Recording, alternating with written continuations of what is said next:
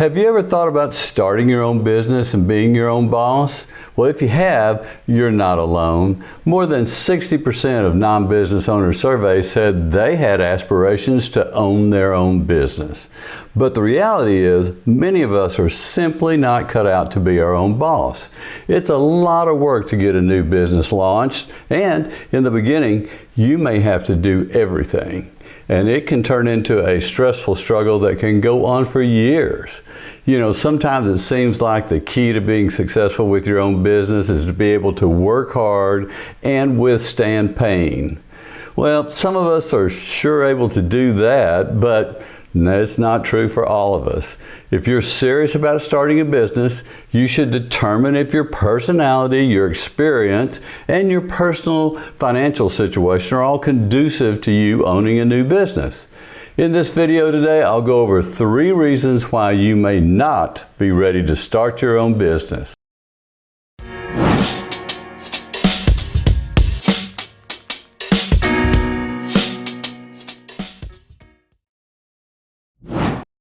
If you're watching this today, then I will assume that you're one of the many folks out there who are interested in starting their own business. I will also assume that you've already been told that starting a new business is not for the faint of heart. I'm Ken Vernon, and I've started more than 15 new businesses in the past 30 years, and I know from personal experience how hard it is to start a business, and not everyone is able or prepared to go down this path. To begin with, any new business will have an insatiable appetite for the owner's time, energy, and resources. It's rarely a 9-to-5 world like you would want. It's more likely to be a 24/7, 365 grind. And the amount of time required is on top of the financial commitments and challenges that you will face every day. Business ownership can be a rocky path even for those completely prepared, those with the right work ethic, personality to be a business owner, and financial situation. If you're not prepared or do not have the right personality traits, you need to think twice about taking the leap to start your own business. Okay, so let's talk about these 3 situations that might indicate you are not ready to start your own business. If you identify with any of these 3 situations, I would urge you to stop and reconsider your path. Trust me, failure is not fun. Number 1, if you're not both flexible and resilient, you may not want to start a business. Mike Tyson famously said, "Everybody has a plan until they get punched in the face." As a small business owner, you will take significant risk with the constant possibility of failure and getting punched in the face. As an entrepreneur, you must be able to successfully navigate the problems and the challenges that you will face every day. To deal with these problems and challenges, you're going to need to make multiple decisions every day that will impact the success or failure of your new startup.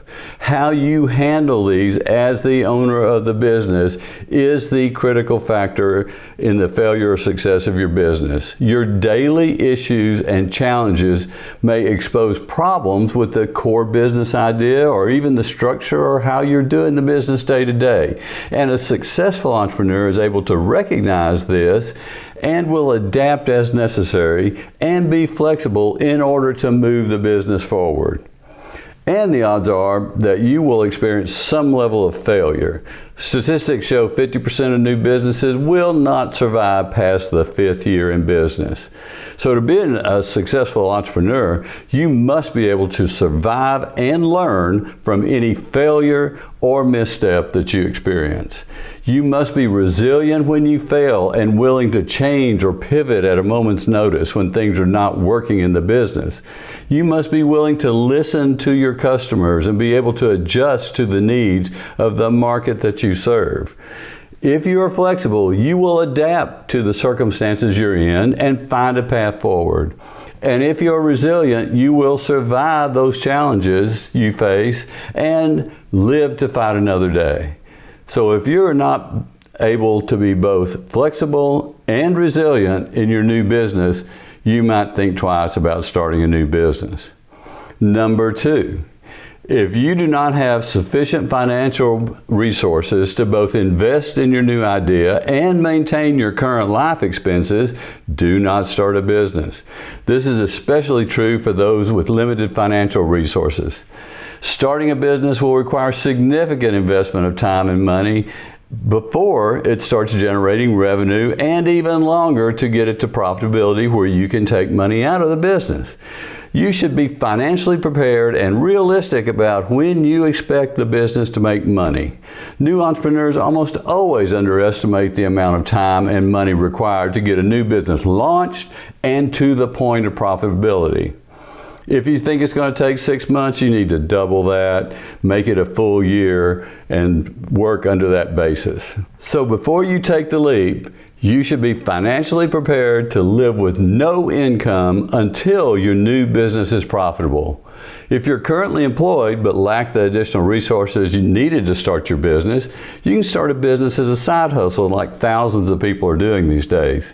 This will allow you to accomplish two very important things. First, if your side hustle is successful and generates revenue and profit, then you've gone a long way in validating your new business idea. And validation is so important, and we'll talk more about it later. Second, you can utilize the profit from this side hustle to invest in your new business without jeopardizing your current way of life. Financial stress can be devastating in your new business and in your personal life. If you do not have the financial cushion to support your personal expenses until the business is profitable, don't start a business. You just need to stop and regroup. And the most important one, number 3, if you have not validated your idea with potential customers in your target market, do not start a business. You need to stop, step back, and focus on this validation step before you go further. It's very easy to get caught up in the excitement of starting a new business. You're developing this great idea you had, maybe choosing a name, creating a logo, maybe even building prototypes and looking for space to rent and hiring contractors. But there is one critical step that should come before almost anything else. And that is the validation of your new business concept with actual customers in your primary target market. Too many new entrepreneurs do not invest the time and effort doing the right amount of market research needed to validate and for them to know that there are willing customers for their product or service. Lack of customers is the number one reason small businesses fail. So many of us get caught up in the "that's a great idea" syndrome. And that happens when you discuss your new idea with friends, family, and colleagues, and you get that immediate positive response, which is usually some form of, "Man, that's a great idea."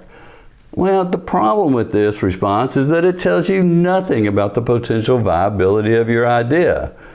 This is a really dangerous situation for any new entrepreneur because it creates a false sense of optimism about your concept. Input from individuals who are not in your target market has no value. They are not your target market. You are probably not your target market. So, how do you find out if people in your target market need and want what you're offering? It's research, research, and more research.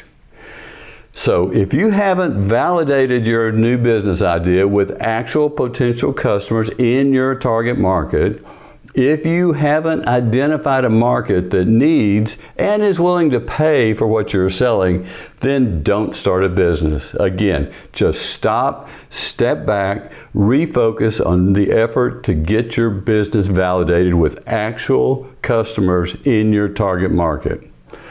Okay, so let's recap. Let's review.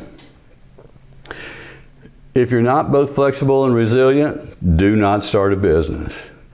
If you do not have sufficient financial resources to both invest in your new idea and maintain your current life expenses, do not start a business. If you have not validated your idea with actual potential customers in your target market, do not start a business. Again, with any of these, you need to take a step back, think about what you're doing, and address the situation that discussed here and the problems so that you can be prepared when you decide to take that leap. Of course, there may be many more reasons why you should not start a business.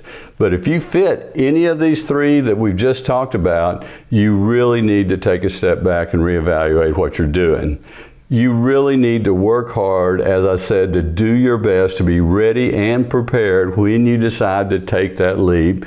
And I want to help by sharing my life lessons for small business so that you can be successful with your new business.